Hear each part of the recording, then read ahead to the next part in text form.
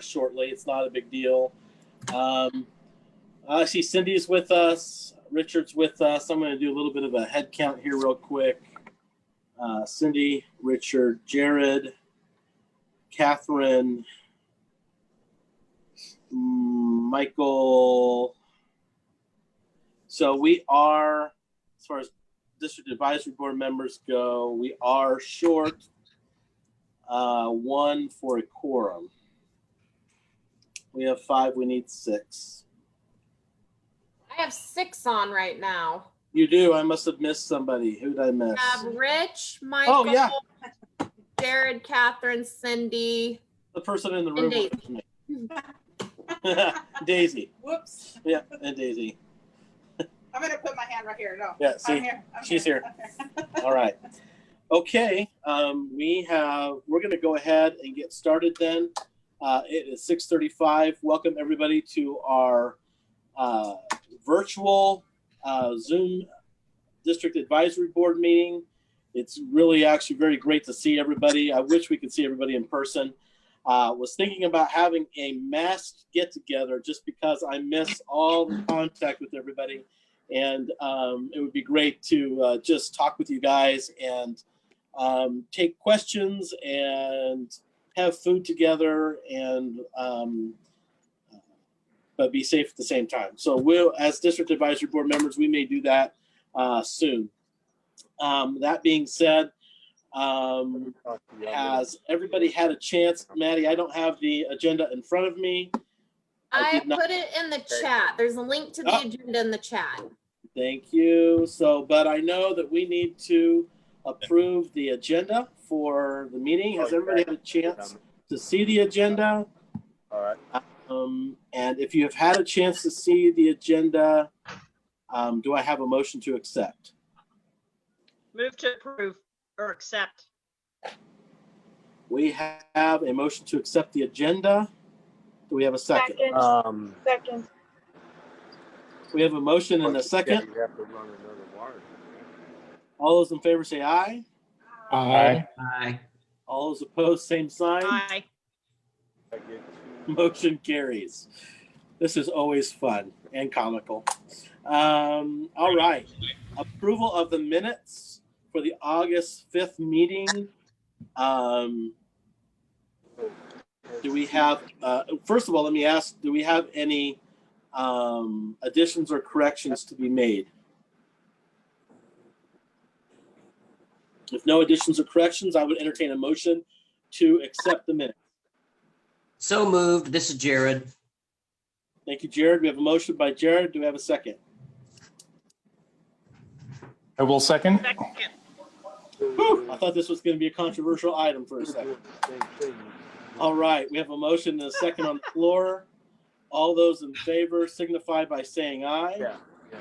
Aye. Aye. All those opposed, same sign. All right, motion carries. All right, before we go any further, as you guys know, we have had some resignations from our District Advisory Board. Some people have actually turned off, and then actually we had one resignation, actually 2 resignations that I was sad about. We had Bruce, who moved up north. He's actually almost in Bel Air, so he's one of those North Siders that we gotta always complain about. And then, well, the North Siders complain about the South Siders, so it's easy. And then we had Marco, who is going on to some bigger and better things. Loved having Marco around and his perspective from the Mead Neighborhood Association. And so I had 4 positions available. As you guys know, I'm extremely picky, and so we have the 2 great members that I have appointed recently on this board. We have got David. David, you say Capon or Capon? Depends on where I'm at. If I'm in Wichita, I say Capon, just because most people know the high school. Yep. If I'm outside of Wichita, I say Capon, because most people know my great uncle. Great, absolutely, which is amazing. And then So welcome. And Thank then you. we also have Richard Ruth, who has joined our district advisory board. Richard is in the Grandview Heights Meadowlark Neighborhood Association. Richard has been very active in advocacy in the neighborhoods and on the animal front. And so we're extremely, and I'm sure other fronts as well, but we're very happy to have Richard with us as well. So welcome to the district advisory board, guys. We appreciate you being here. Thank you. They have been properly sworn in, and so we will now move forward with, we're going to do our fire report first. It looks like we have Battalion Chief Bear on with us. Chief, take it away. Can you hear me? I can hear you. All right. Good evening, all. Right now, District 5, there hasn't been very much activity other than the last couple of days. I don't know what you. Right now, we only had 7 fire alarms over the month with 47 service calls. 234 of them were medical for a grand total of 288 calls district-wide. Recently, as a couple days ago, you probably all saw the huge black cloud of smoke. You the wire? 29th and Hoover area.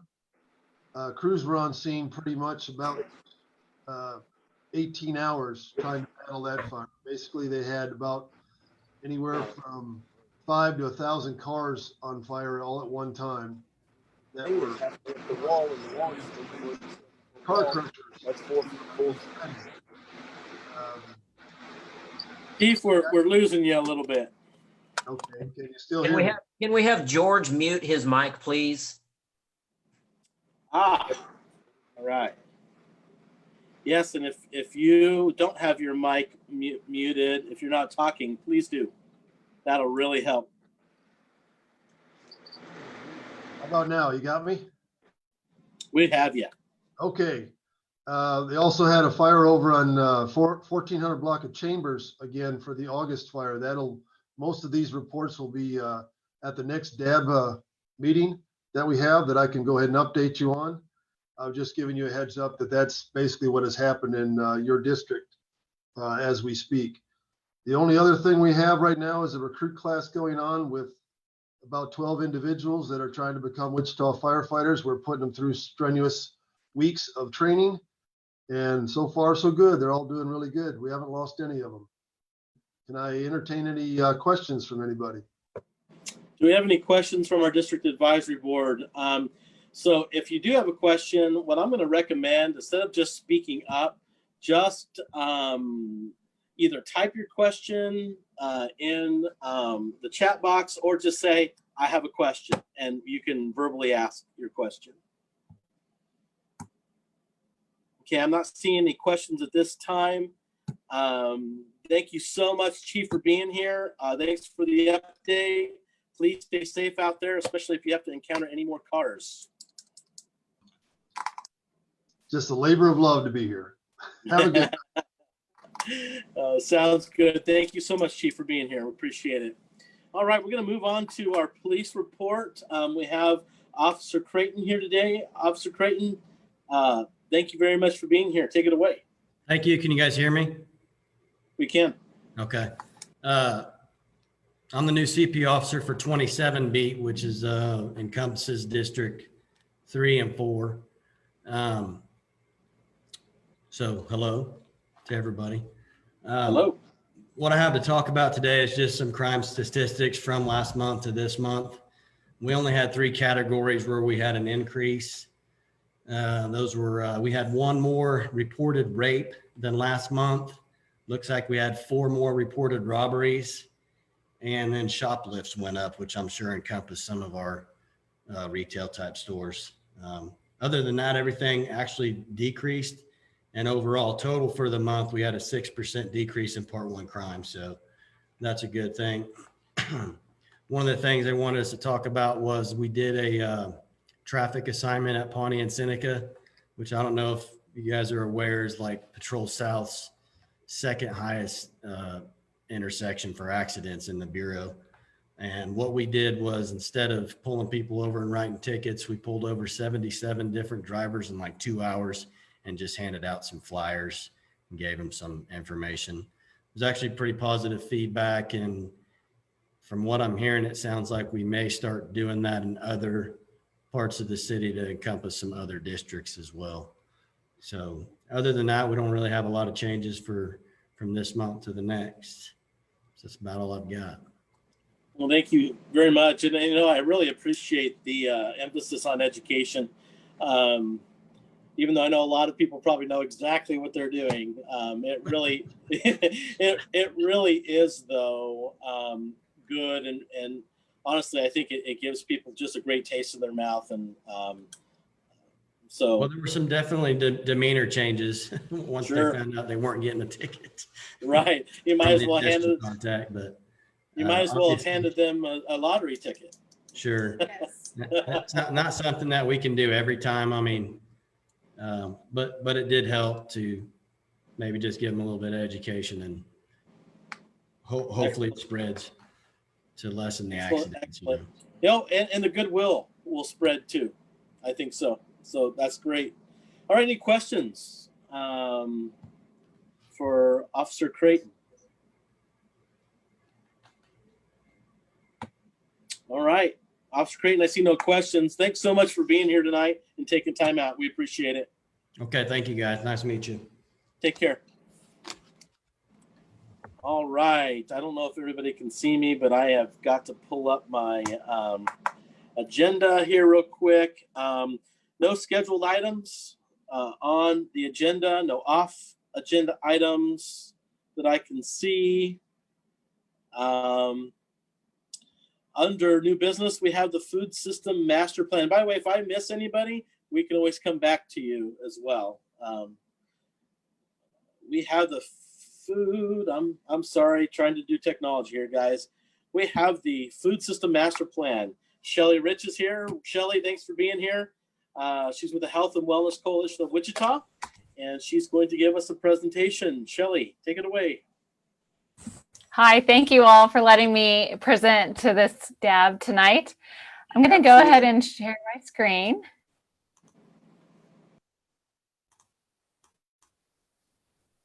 There's the agenda. Let's go to the presentation.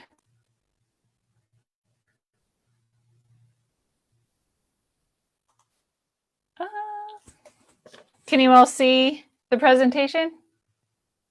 Yes. Okay, great. So I am a member of the steering committee. Like Councilmember Clendenin said, I am Shelly Rich. I'm with the Health and Wellness Coalition. We are housed currently out of the YMCA, and I am a member of the steering committee for the Food System Master Plan. And we have partnered with the City of Wichita and Sedgwick County to develop a food system master plan. So the city and county have several plans in place, as you're aware of, that strategically address community needs. For example, the bike walk plan, the housing plan, the water plan. But currently we do not have a plan focused strategically around the needs of food. So I'm going to share a short video that's going to help paint the picture of what a food system master plan is and why we're doing it in our community. And I'm going to need to get out of this and go to the YouTube link to play the video. Right now, nearly 100,000 Wichitans live in an area without access to healthy food.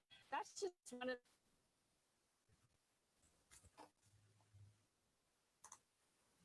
plan that's going to address these issues and how you can help.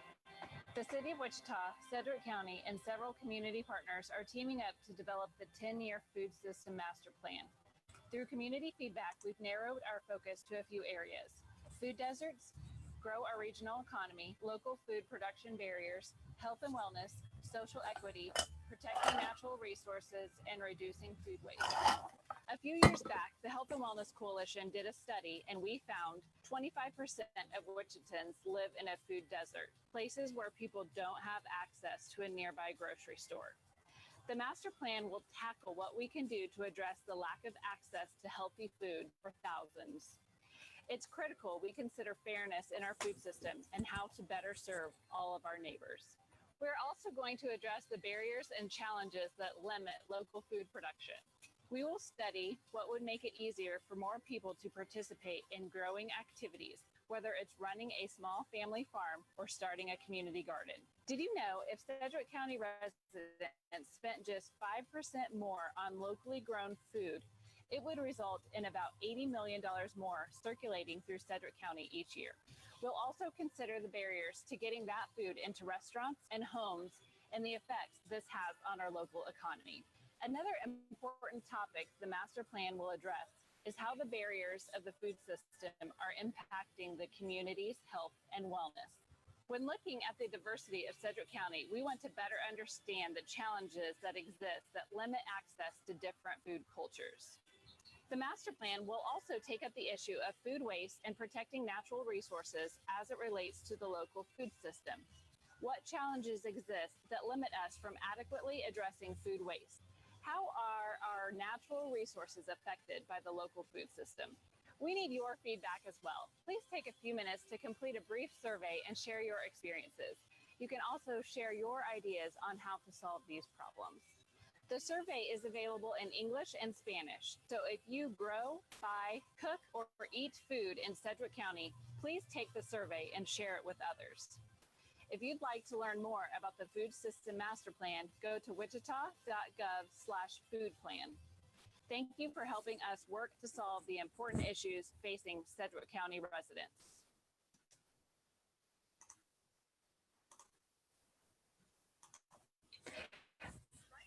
Okay, I have a few more slides I'm gonna go through. Well, I'll give it a second to load.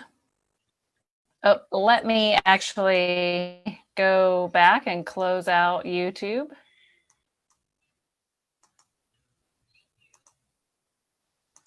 Okay. So from the video, there's a lot of things that an effective food system master plan can accomplish. And these types of plans are being done very successfully all across the country. So for example, Newton has a publicly appointed food policy council. There's a Kansas Food Policy Council network that's helping to get more food policy councils across the state. And as you see on the slide, there's just a list of things that food policy councils and food system master plans can help with. So the video mentioned several reasons why Wichita and Sedgwick County need a food system master plan. And residents have stated that they have a strong interest in building a robust local food system in Wichita and Sedgwick County, but we need a roadmap to guide that process, and specifically where and how to invest our time, resources, and partnerships to best support a vibrant local food economy. This slide is kind of small, but it shows some of the example policies and programs of how, for example, government might support the local food system. And so, for example, if a government were to adopt a food and farm-friendly land use policy zoning, then it would benefit food producers, which would eventually benefit individuals, for one example. So this was our original timeline, and due to COVID, there has been a little bit of a shift necessary, but we are hoping to now wrap up data collection by September, the end of the month. And our goal is to present this plan to City Council for adoption in early 2021. We have one final roundtable.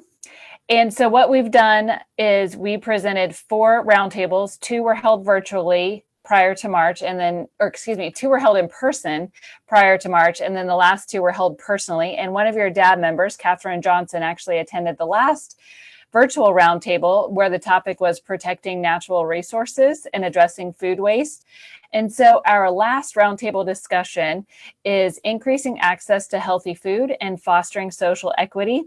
So if you or someone you know is a content matter expert in this area, we would encourage you to RSVP to Tammy Creer at the YMCA so that you can get the questions in advance and then join us at that roundtable. So our biggest need right now is to help get the word out about the community survey. It's going to help inform the plan by the participants sharing their experiences and priorities around food in our community. It's very critical that we hear from a variety of people. And so what we're telling people, and like you heard in the video, if you buy, grow, sell, or eat food and you live in Sedgwick County, we want to hear from you. So this is where you're going to find the survey. The video is linked here also, but it's wichita.gov/food plan. The survey is available in English and Spanish. And just a reminder, it is going to be open until the end of September. So I wanted to thank you for your time and ask if there are any questions. Thank you so much. Great presentation. Very concise and quick. Love it. Are there any questions from our district advisory board? This is one of the topics I'd like to be passionate about. Food deserts. I mean, we're pretty blessed in our city, but we still have food deserts. We still have a tough time getting fresh food to people in need. And so this is one of those things that I'm passionate about and love to see avenues. This master plan is going to be great. And I know Catherine, you guys have done over with the neighboring movement, have started a garden. How is that going? Probably on pause right now, I would think. Yeah, we've been able to have the crew from Legacy Garden Works still continue working with social distancing and masks. And so we're plugging away on it. I think there's melons growing there actually. So we have our first crop growing. So yeah. That's going to make me climb the fence. You can just go in the gate. It's fine. You don't have to Okay, climb. thanks. Appreciate that. Yes. Climbing the fence sounded so much more bad. So. Well, yeah. Anybody else have any comments or questions? Richard, do you have your hand up? Go ahead. Yeah, I have two questions, Shelley. The first is going to be an emphasis on healthy foods in the food master plan? So growing, distributing, is there, monies for possibly opening up grocery stores versus bakeries? Yes, we are wanting to focus on all of the areas of the food plan. So that's production, distribution, buying, selling, eating. And so we're promoting healthy food, but like I said, it's focusing on all areas of the local food system. And so that's why we're really doing all of this effort to get with the communities, because we want the community to prioritize what needs to go into this plan. Okay. And I noticed on your page, the steering committee, there wasn't any email addresses for contact. So how do people reach out to? Tammy Creer is the head of the steering committee. And so I will type her address into the chat box and she would be the one to contact if you wanted to reach out to a specific steering committee member. Okay. I was curious about how much development of the community garden idea there is and what sort of plans are there around that? Is it meant just for personal consumption or is there an intention to bring produce to local markets? I have a feeling that community gardens are going to be discussed more at the round table in a couple of weeks, where the topic is increasing access to healthy food. It has definitely been mentioned a couple of times, and it's one of the strategies that could rise to the top from the food plan. Yeah, let me dovetail a little bit off Shelley a little bit there, because one of the things that really keeps people from bringing some of their own fresh fruits and vegetables to the market are some of the zoning requirements that don't allow you to sell your own food that you grow. So what we'd like to do, what I'd like to do, and this is something that was discussed with the People's for the Places for People plan, is I would love to see us change some of our zoning rules to allow people in residential areas to be able to grow food. I'm not talking about full-fledged commercial, growing of food, but if somebody grows their own food and they have extra, great example are tomatoes and cucumbers and squash. You just get a ton of that stuff that everybody always overplants it. And it's yummy stuff that, if you wanted to sit your extra out on your porch and put a little sign out and say tomatoes, that it would be legal. And so anyway, I would love to see some of those requirements eased up a little bit. Don't know how we do that exactly yet. Cindy, maybe you have some ideas on that being on MMPC, but those are just kind of an example of kind of relaxing some of the zoning laws. We have a couple people. Oh, in chat, yes. Richard put in chat mushrooms, specialty greens, and things like that. Maybe a full-fledged grocery store couldn't manage to stock. Yeah, I absolutely agree. There's a lot of things that grocery stores can't stock or don't keep a lot in, or grocery stores, especially in poorer areas of the city, don't carry. If you go to different parts of the city, you're going to see different types of produce. Maybe somebody wants to grow organically and wants to offer organic fruits and vegetables. It's real tough to get that at some of our supermarkets. I don't think you can get it at Save-A-Lot. And Aldi isn't everywhere. So it would be great to see that be available for people. Any other questions for Shelley on the plan? Yeah, this is Jared. I had a question. Yeah, you bet. There's been a lot of talk all of my life that I've lived here about a grocery store downtown, and even so more now in the last decade or so that we've had so many, downtown is becoming much more a residential area. So what is, I've even thought about trying to start a grocery store downtown myself, but what is preventing a grocery store from being started up downtown? That is a great question, and I'm going to defer to Councilmember Clendenin to see if he knows what's preventing it. I know that I've heard rumors of grocery stores that were going to go into downtown, but what you're asking, both you and Richard, are perfect examples of why we're working on this food system master plan, because the zoning and ordinances are so complex. When the Health and Wellness Coalition has tried to go to the city on a certain issue, it's not clear the steps, and there's not a real answer about who is directly overseeing that area. And so this is why we're pushing for a food system master plan, but I don't know what the restrictions are. I don't know why there hasn't been a grocery store downtown yet. I can answer that, and it's economics. People. They say that you need over 3,000 people in an area to open a small one. Maybe 3,000 is a little bit low, but it's about population downtown, and we're getting it. We're really getting the population, and more talk is happening about doing a grocery store downtown. I know one of the ideas, the guy just was really zealous about making it happen and just couldn't come up with the capital, and couldn't float it himself. A lot of the bigger ones,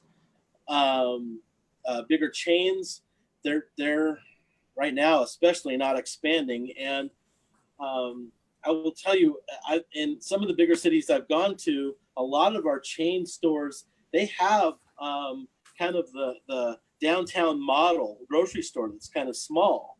And the issue is because the margins, the profit margins are so tight on groceries, you really do need quite a large population to be able to drive volume of food. And so it's made it difficult to put anything downtown right now. The great thing is, and a lot of people don't realize it's as close as it is, but about a mile away from downtown at Hillside and Douglas, there is a Dillons.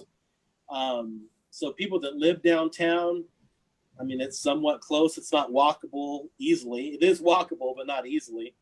But we do have the you know what? But we do have the trolley too. That's a great point. Daisy just reminded me. The trolley's free, so we do have that option at that Dillon's at Hillside and Douglas. But I know for a lot of people, it would be nice to be able to just walk somewhere downtown close and be able to pick up groceries. Downtown has become quite the neighborhood. And there are a lot of people living downtown right now. The last number I saw was about 2,800, close to 3,000. Somebody correct me if those numbers aren't correct, but that's the last number I remember. And so we're getting there. More and more affordable apartments are being built downtown, which is good. The price points for a while have been a little too high. And so as we build that population up downtown and get some more affordable housing downtown, you're going to see, you'll see something, but it's just market driven. That's the long answer. So, Richard, great comment. I've always thought bodegas might work in some parts of the downtown area. I think that there are actually a lot of models, and that would be one of them that could be an interesting thing to try. Again, it really is market driven. And so you either have to have a philanthropist that's willing to spend or give their money to the cause, or an entrepreneur that has a business model that allows it to happen affordably. So, okay. Any other questions? Good question, Jared, by the way. All right. I don't see any other questions right now from anybody. So Shelley, thank you. I appreciate your presentation, and we look forward to more from you guys. Hey, James. Thank you for the time to speak. You bet. Yes. How do you, I'm sorry for asking, but how do you access the chat list? I can't find it anywhere. So if you go up, like on mine, you go up to the top right-hand corner and it says more up there, and there's 3 dots. You should be able to click the 3 dots and a list comes up, and you get some emojis. Like, see, you can heart some stuff, and you can do all sorts of things. Did you find it, Jared? No, not yet. But I see those emojis, but I don't see. I'll keep looking. Oh, I just found it. Thank you. Sweet. All right. Any other questions? Who was wanting to speak? Nobody? Okay. Shelley, thank you. Appreciate it. Take care. Thank you. I'd really ask you all to take the survey if you haven't done so already, and tell all your friends and family. Thank you. Thanks. We'll see you. All right. Next, I'm not sure. Is Dave, you're out on with us today?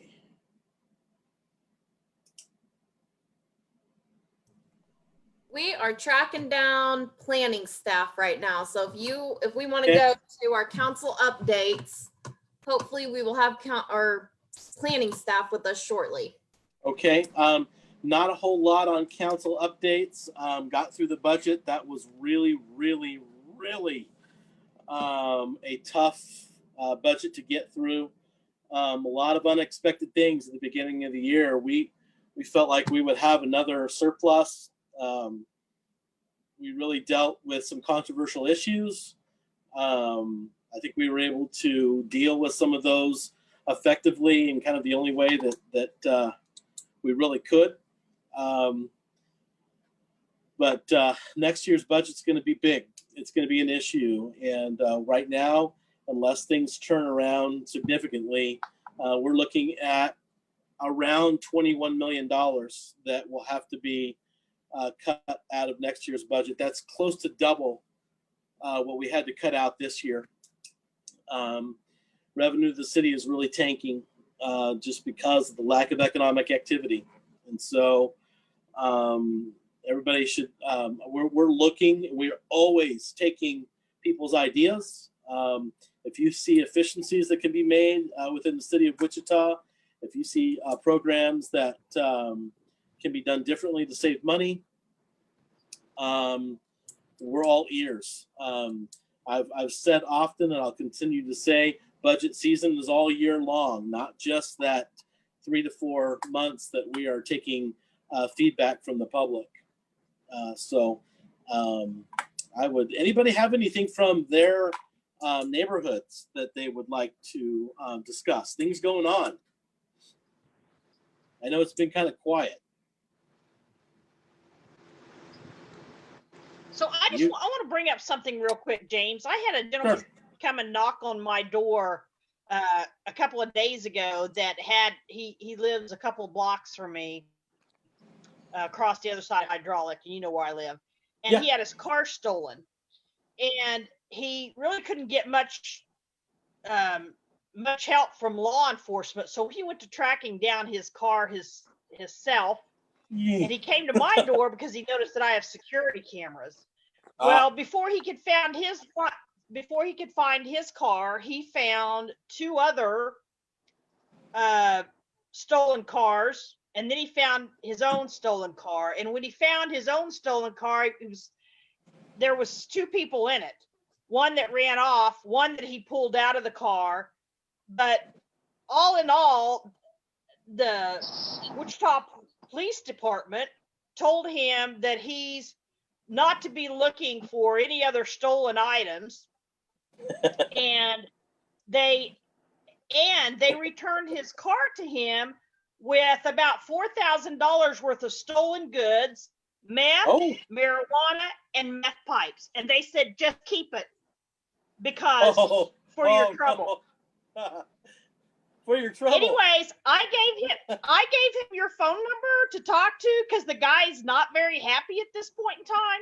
The other thing is there's a good possibility that my neighbor that I talk about was involved with that. Yeah. So those things shouldn't be happening. So the stolen goods were one thing, but the meth and the pot, a considerable amount of both. The police should have gone through that car and confiscated all that stuff. Well, I got to tell you, information on that too. By the way, we can get. Maddie, let's get the chief on this because I understand why there's quite an uptick in things getting stolen right now, and the police department, especially in investigations, I wish they had the resources to just fix on one case. I wish. But I get that. I totally get that. That's one thing. But you're right. For them to return a car, not process the stolen goods that were in it, and take it as evidence, I'm just baffled. Was it the sheriff's department or was it WPD? WPD. Okay. So. And I'm hoping he's found some security camera from somebody else that shows these people driving by in his car. I'm hoping to find additional footage on my security cameras because he needs that to be able to prove, because he was accused by the officer of being involved with stealing the cars, even though he was really just trying to track his own down. Jared's smiling. He says he has some inside information, but is this guy named Ty? Is this Ty? I don't know what his name is. I can't remember. Kind of tall, lanky guy with a beard. Ooh, I don't think so. I'm pretty sure you're talking about the guy that lives across the street from me. Yes. And who's the representative? There's Dave. You're out. But yeah, I'm pretty sure you're talking about the guy that lives across the street from me. And that story's not completely what I don't know what he told you, but I don't want to necessarily go on record with everything that I know about what has happened, but his car was taken, but it may not have necessarily been by, it may have been, it's probably a family member. Well, I think the best way to get down to the bottom of it is see if we can have Chief Ramsey, just do a little bit of investigating on it and get down to the bottom of it.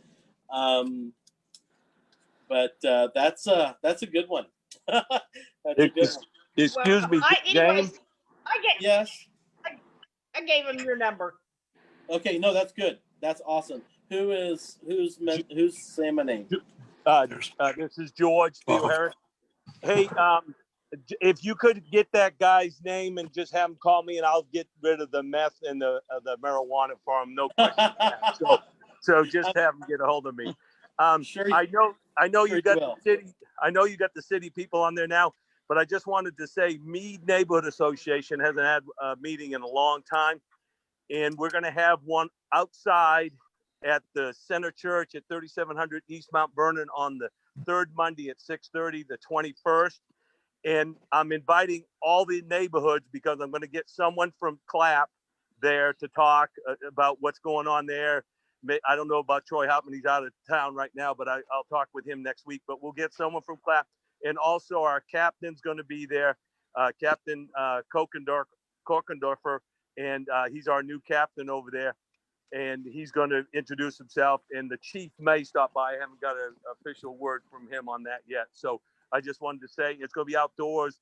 We're going to maintain the 6 foot distancing, and hopefully people wear masks and weather permitting. But we can go down inside the church and still do the 6 foot social distancing if it's raining or real cold.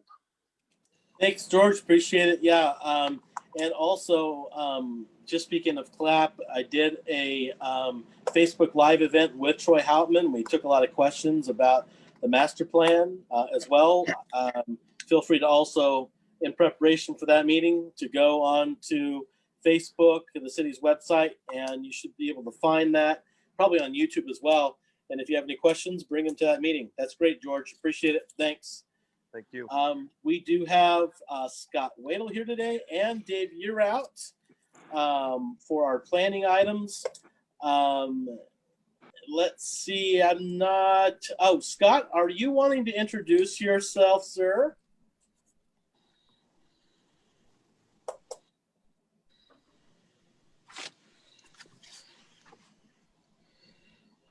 Looks like his audio's not working. His audio's. We're not connected. Well, I know he's not presenting the items, but Is that better? There you are. Okay, wonderful. Thank you, everybody.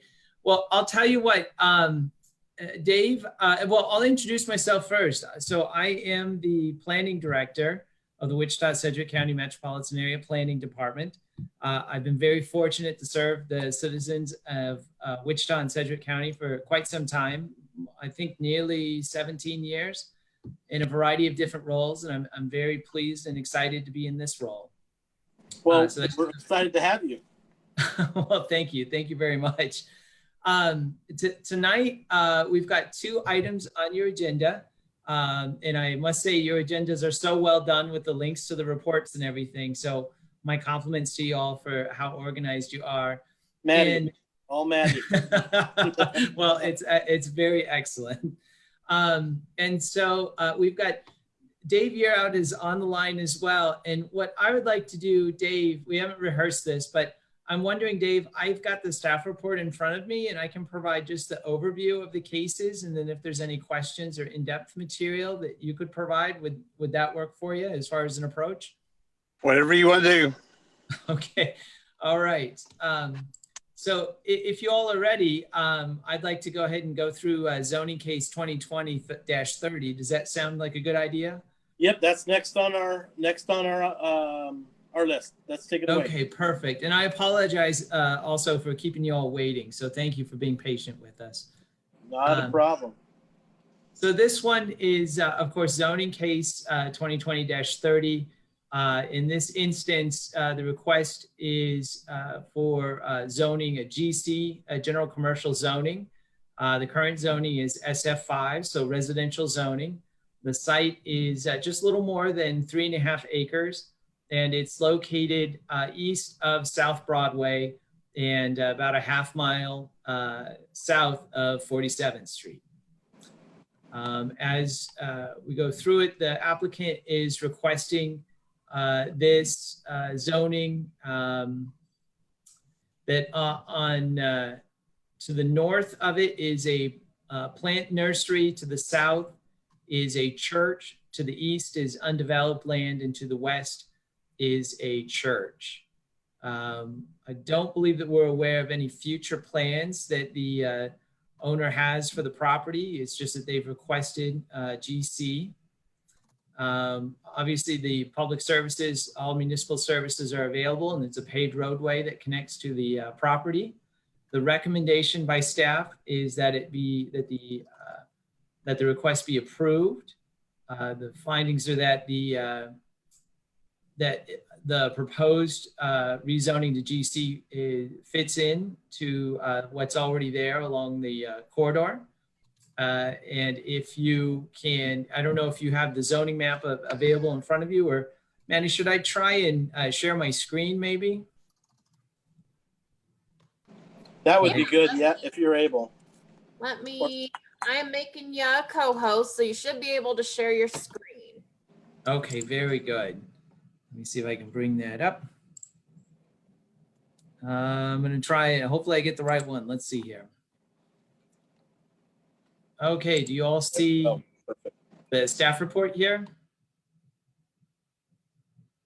Sure do.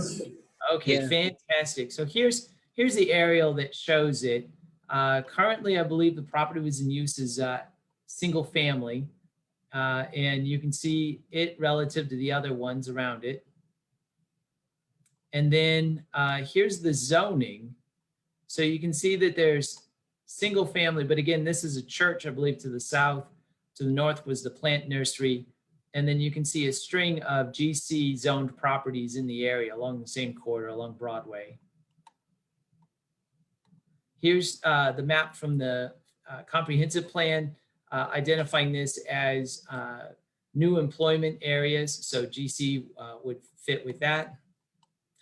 And that's the end of that case. And so I'll turn it over to Dave to see if I missed anything or if there's any additional insights. I don't necessarily want to add anything beyond just the basics that they've got in the report. I think everyone that's familiar with the area is that this is kind of the south parcel that's been sold off from the Bourse Nursery property that's been there on South Broadway for decades. And the family is finally allowing that property to be moved into the hands of others who ultimately plan to develop the property. The land is already platted, so we may or may not see a plat on this particular property. The case that is the next one is actually a larger chunk of the former Bourse Nursery property immediately north of it. And they are also seeking GC zoning there. They've got specific plans to create a rather large recreational vehicle campground or RV park. And so we're seeing some new development activity on the South Broadway. The GC zoning obviously will allow a wide range of commercial uses, and the envision is that, well, commercial is what we all kind of expected would happen down along that corridor. So beyond that, I'm not seeing anything out of character. So with that, I'll be happy to join in and answer any questions anybody's got. Anybody have any questions? It is pretty straightforward. And Bourse Nursery has definitely become more and more run down as time has gone on. Well, I'm hearing no questions or seeing none. I would entertain a motion on this item. I would entertain a motion to approve. I'll make a motion to approve. David, Capen, motion to approve. Second. Michael Loop is a second. Any further discussion? If there's no further discussion, hopefully I'm not missing anybody. There's no further discussion. All those in favor signify by saying aye. Aye. Aye. Aye. Aye. All those opposed, same sign. All right, motion carries unanimously. No, wait, I abstain. Oh, one abstention. Sorry, one abstention. Thank you, Cindy. I apologize. All right, we can move on to the next one. Okay, very good. As Dave had indicated, this is right in the same area. This is a larger property of the former nursery. This one is for development of, they're seeking the rezoning to GC. So very similar to the last one. This one's for the purpose of developing an RV park. We've already talked about the mix of the uses in the neighborhood.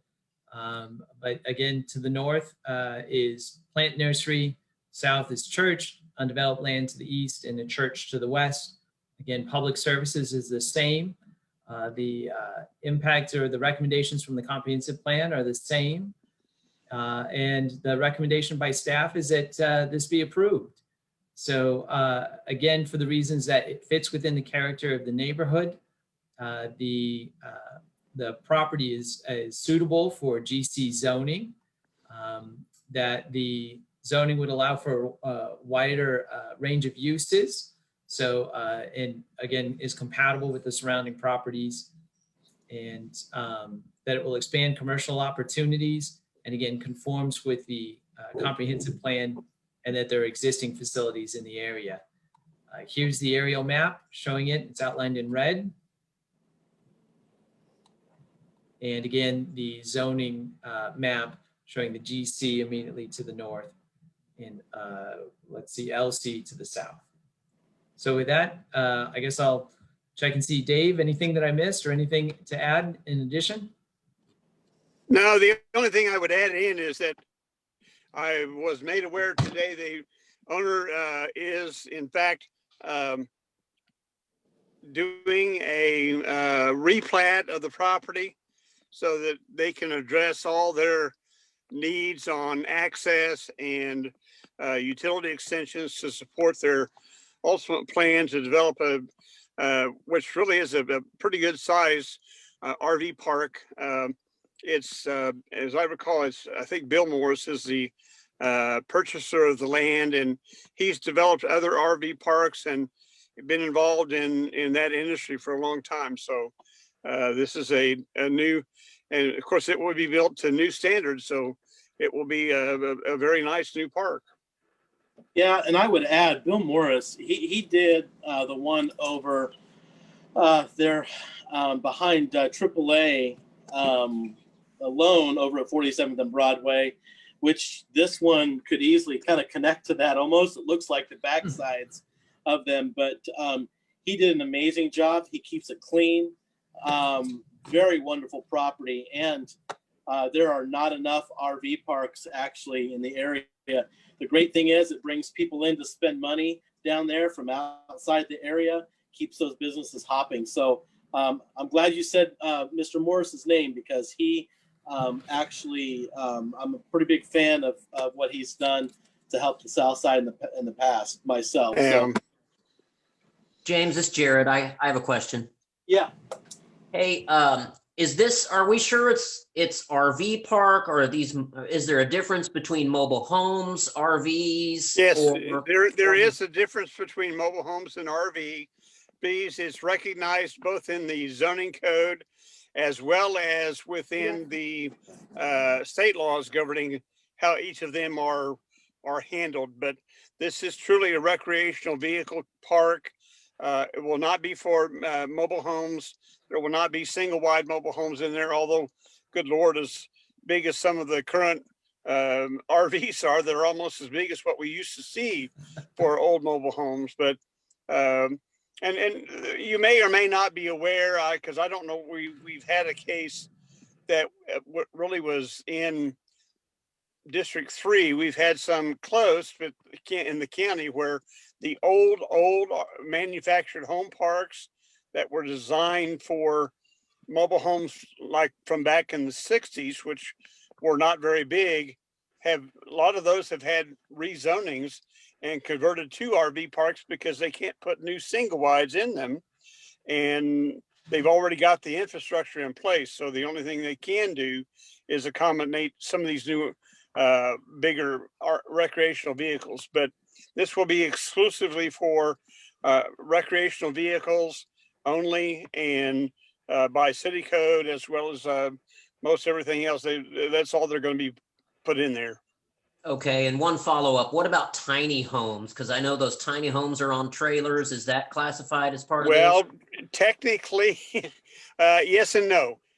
Technically, a good part of the early tiny homes were nothing but RVs.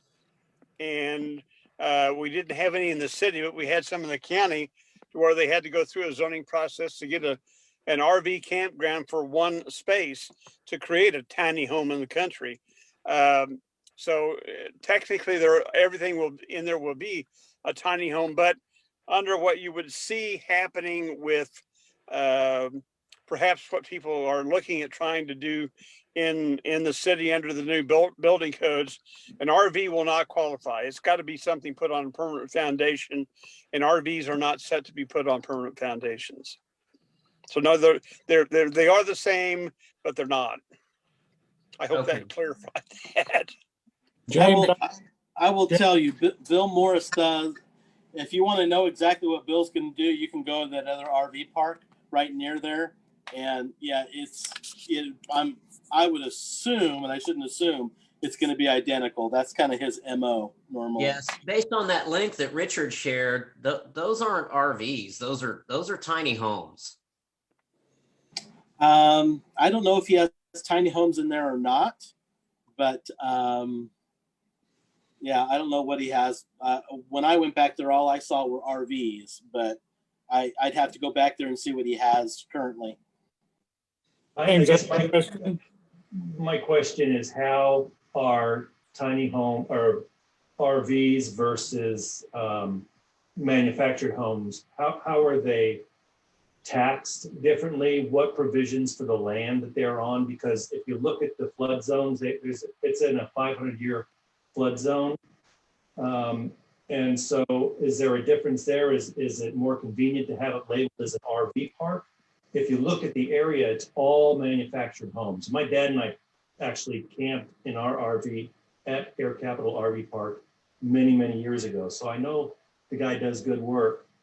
But if you look at the link that I shared on aircapitalrvpark.com, it's clearly showing these are manufactured homes on the front page.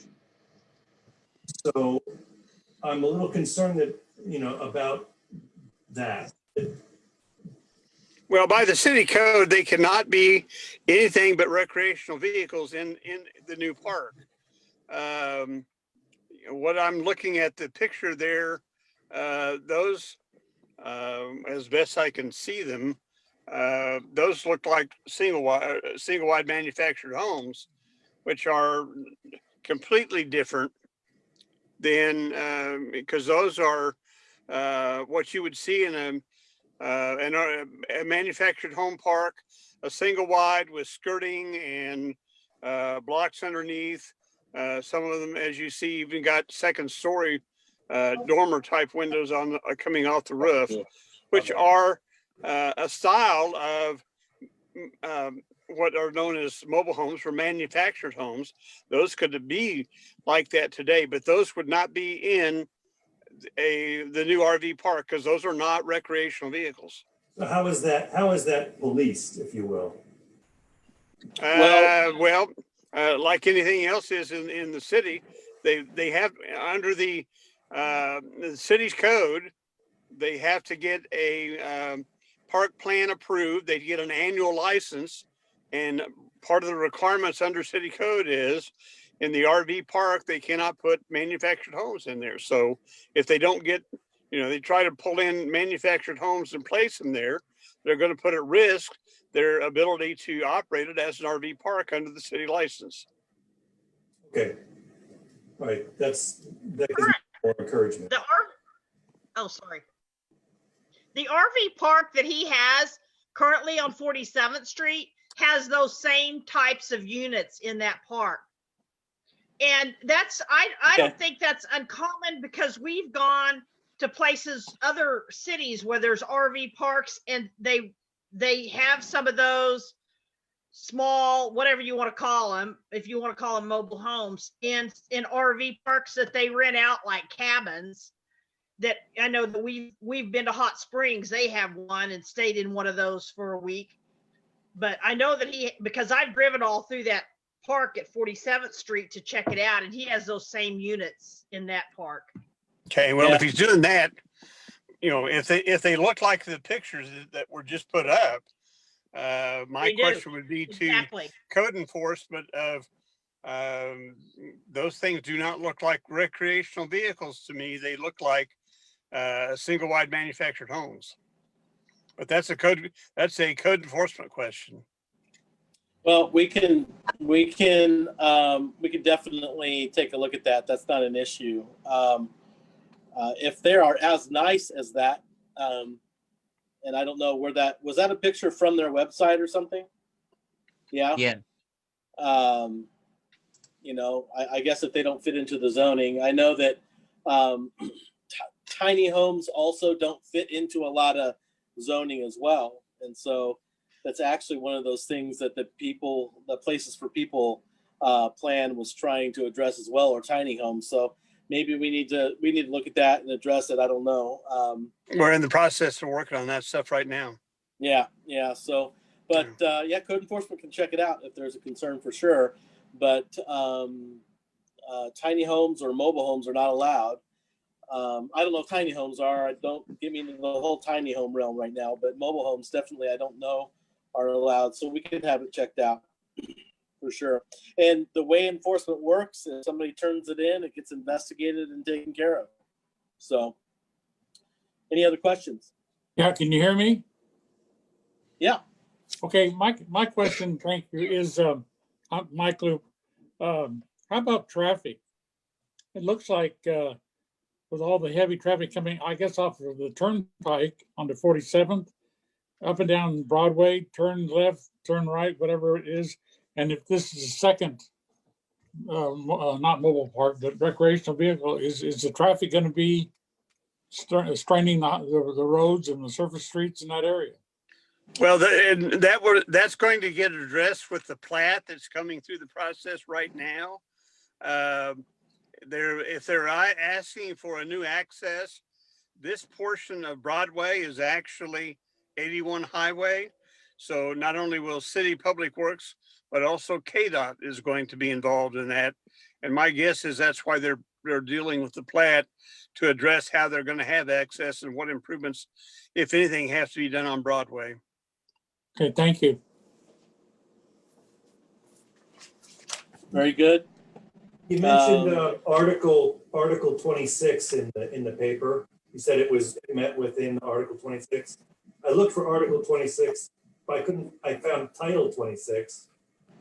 Is that Title 26 in the city code, I think is the manufactured home and recreational vehicle code of the city.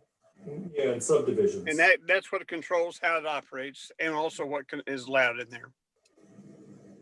So is that what you were referring to in your document? Because it said Article 6. Okay. Yes. Okay, thanks.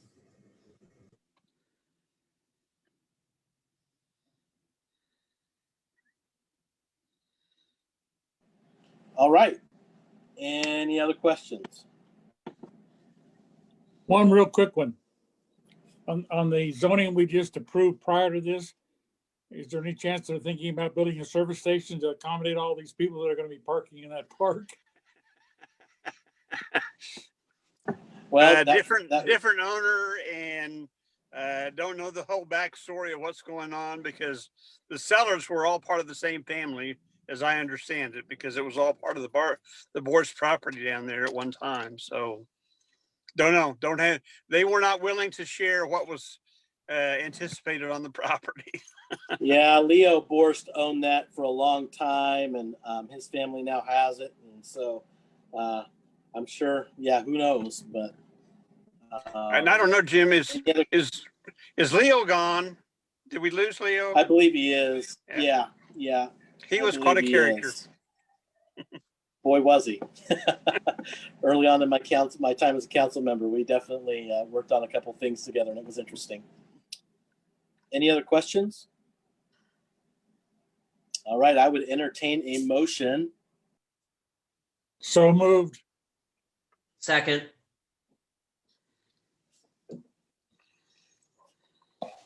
James, you muted. All right, any other further questions? All those in favor signify by saying aye. Aye. Aye. Aye. I know we have one abstention. All those against?